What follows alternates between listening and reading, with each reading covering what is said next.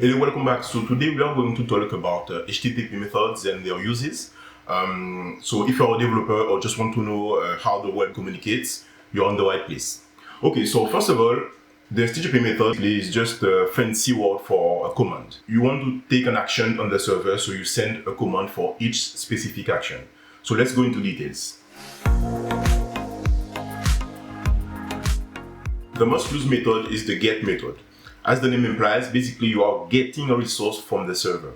So this applies when, for example, you visit a web page, you are using that get request to get the content and show the page on the browser. In general, this request does not change data on the server, even though in some cases you can actually send a get request to modify data on the server. Then you have the post method.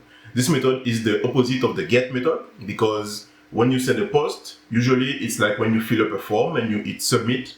This is the post method. Usually you have the post, and inside the request you have all the information that you entered in the form, and then you send this to the server. Then you have the put method.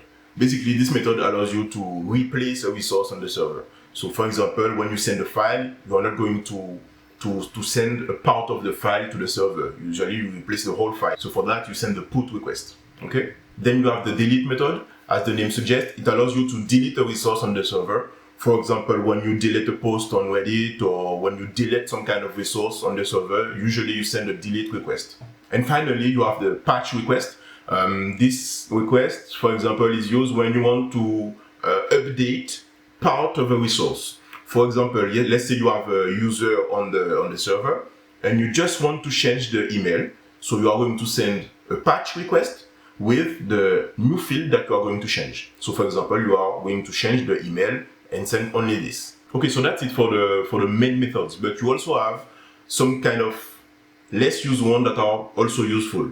Okay, you have the head method, which allows you to, basically it's like a get, but you do not get the content. So you send the head request, and in the response you get only the headers for the response. So not the content, but only the headers.